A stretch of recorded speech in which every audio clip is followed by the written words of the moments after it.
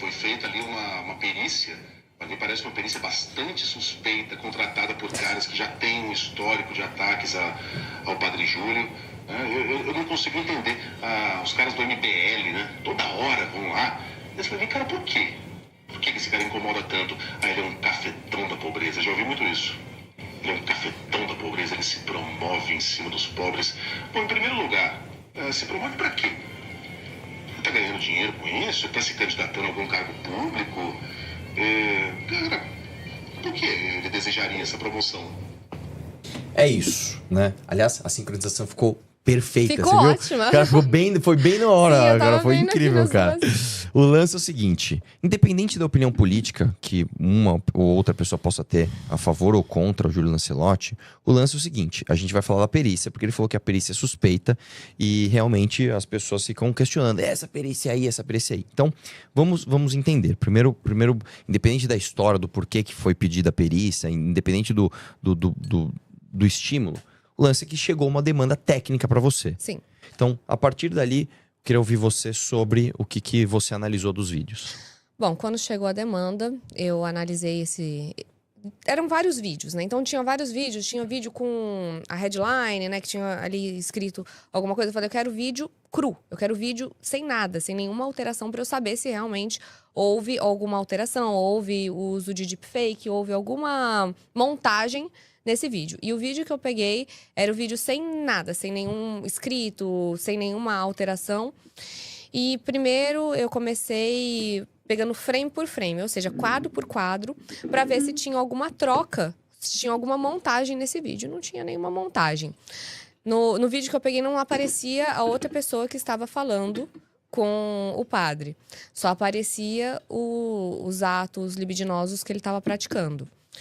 E além do reconhecimento facial, eu peguei fotos do padre em várias situações para conseguir encontrar as características faciais dele. Diante das características faciais, eu confrontei com o que tinha no vídeo, vi que as características faciais correspondiam com aquela pessoa que estava no vídeo, que no caso era ele. Só que só as características faciais ainda podia haver aquela dúvida. Mas e o deepfake? E se for uma pessoa muito parecida? E se for o irmão gêmeo do padre? Aí eu fui um pouquinho além. Então, eu fiz uma investigação no Instagram dele para ver se tinha o ambiente, né? A casa paroquial, né? Que é onde o padre fica. E aí eu encontrei algumas características do quarto dele, né? Que ele tirava foto do santinho, da santa que tinha no quarto dele. E em um desses conjuntos desses frames, é porque é muito rápido, né? O vídeo ele é muito dinâmico.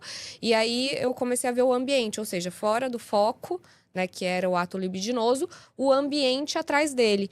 E eu verifiquei o ambiente, móveis e santos que eram justamente os mesmos que figuravam no Instagram desse padre. Ou seja, eu consegui ter uma certeza absoluta nesse caso, porque não eram só as características faciais, era a mobília, o local.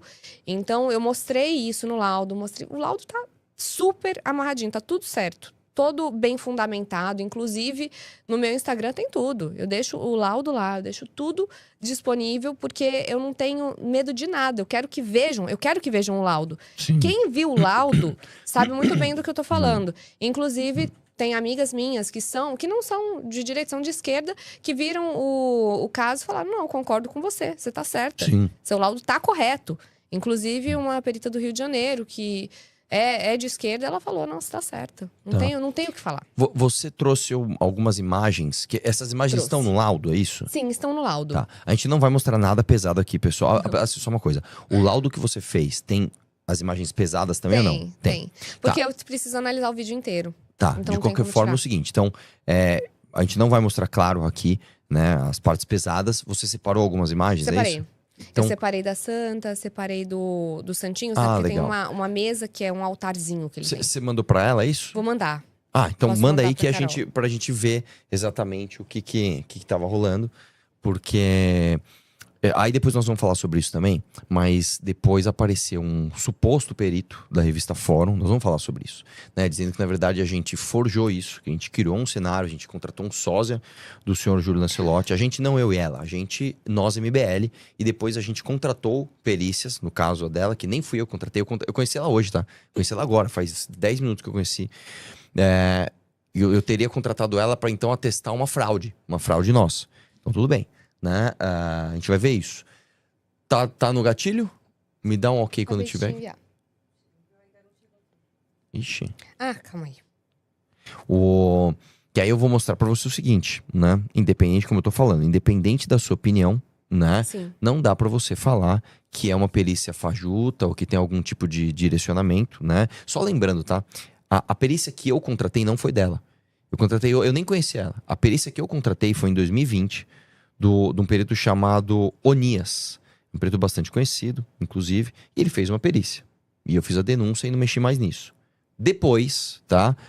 O Rubinho Nunes, vamos falar o nome, vai. O Rubinho Nunes, acho que foi em 2020, sei lá quando, ele contratou uma perícia para esses vídeos, e aí chegou, acho que, eu não sei se foi em você ou no seu pai.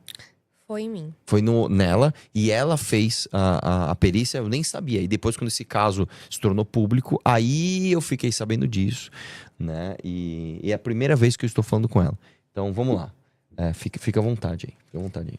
Então, essas partes são alguns frames, né? Então, no frame, você consegue ver o que tá acontecendo no vídeo. Só que também, às vezes, a câmera passa e deixa aparecer a parte da mobília.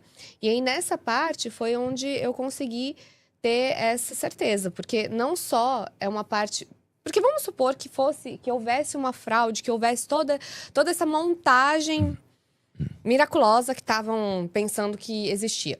Vamos supor, poderiam contratar uma pessoa muito parecida, já seria muito difícil, mas a mobília também? Tudo, deepfake. Então, e outra coisa, depois a gente vai falar da ação, mas o próprio perito da Fórum, no podcast que a gente foi, do Vilela, ele fala que não tem como excluir se foi o padre, se não foi o padre. Ele mesmo não dá certeza.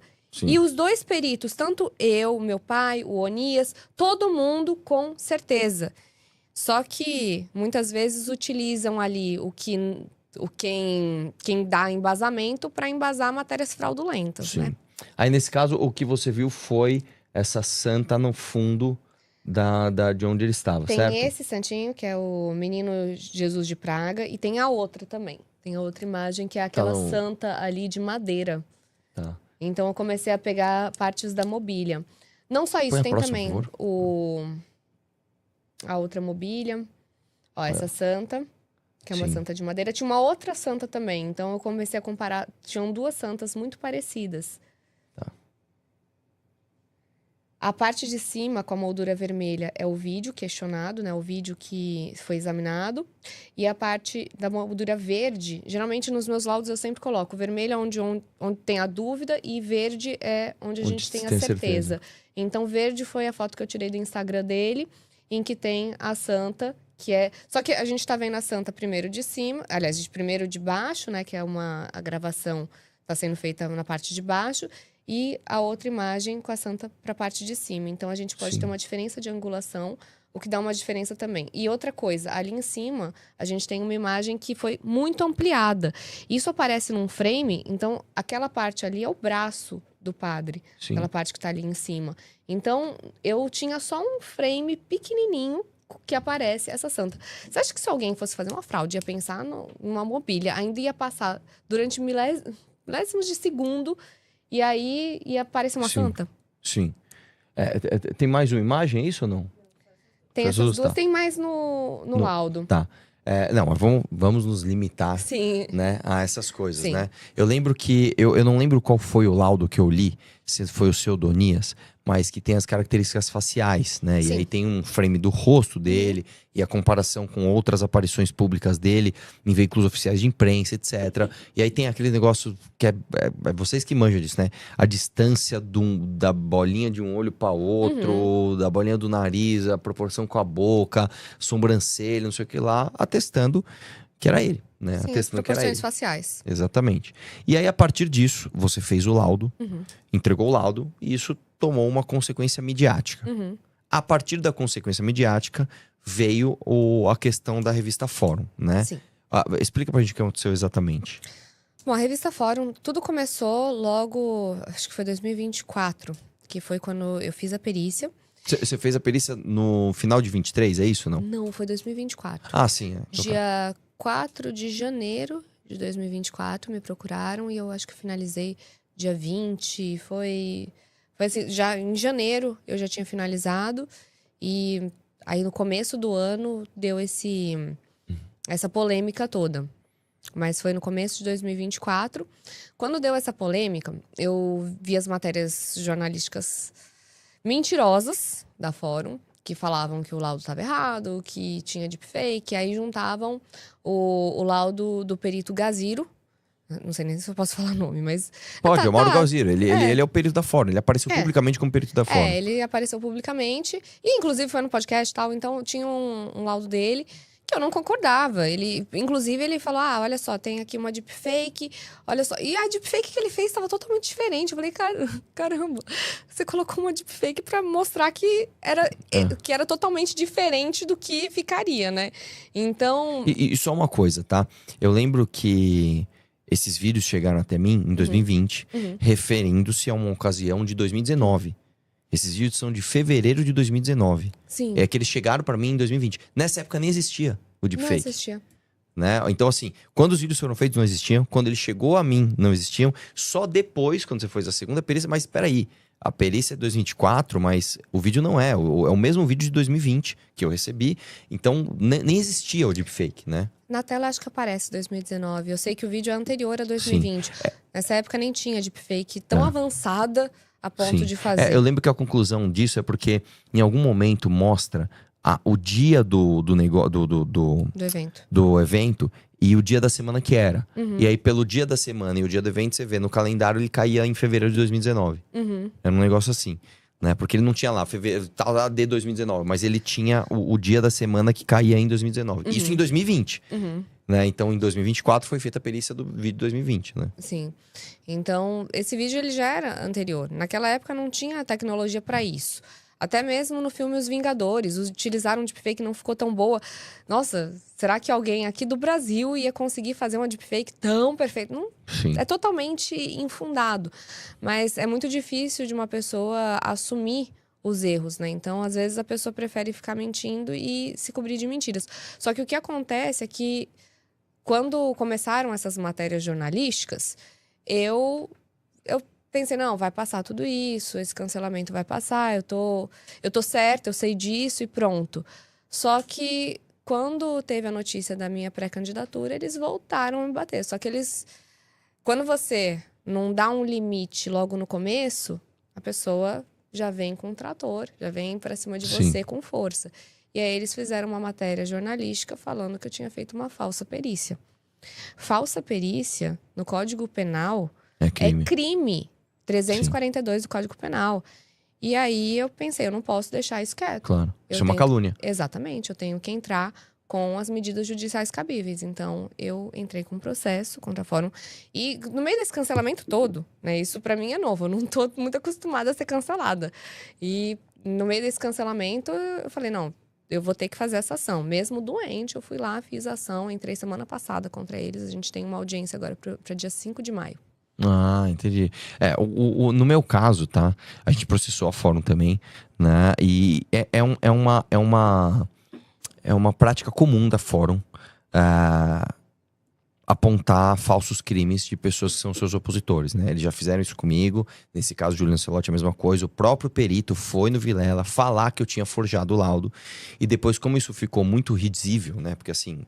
Tá, então eu contratei um estúdio, contratei um sósia, depois ele mesmo foi no mesmo podcast do Vilela, falar que não dá pra gente concluir, e depois tem uma fala dele, eu uso isso no processo, onde ele assume, não é ele. Tem uma fala que ele fala, é ele Às coloca. 2h06 Nossa! Eu coloquei no meu processo. Eu faço isso quando eu vou pro debate, eu anoto exatamente o segundo que a pessoa fala tá do negócio. E aí ele falou. Então, enfim, é que aqui no Brasil essas coisas demoram, mas o processo vai rolar então, espero que o resultado seja positivo. E uma coisa que eu sempre falo é o seguinte, se a gente cometeu um crime tão grave contra uma figura tão ilibada, por que ele não nos processa? A esquerda processa qualquer coisa. Se você falar, eu acho que a Erika Hilton não deve ser presidente, não sei o que lá. Transfobia. Como é que a gente então teria forjado uma coisa tão grave, né? E simplesmente a gente não teria nenhuma consequência jurídica disso? Como assim, cara? Então eu sempre falo, eu desafio o senhor Júlio Lancelotti a me processar, né? Já que, né, eu forjei esse vídeo, eu inventei isso, eu desafio o senhor Júlio Lancelotti a me processar.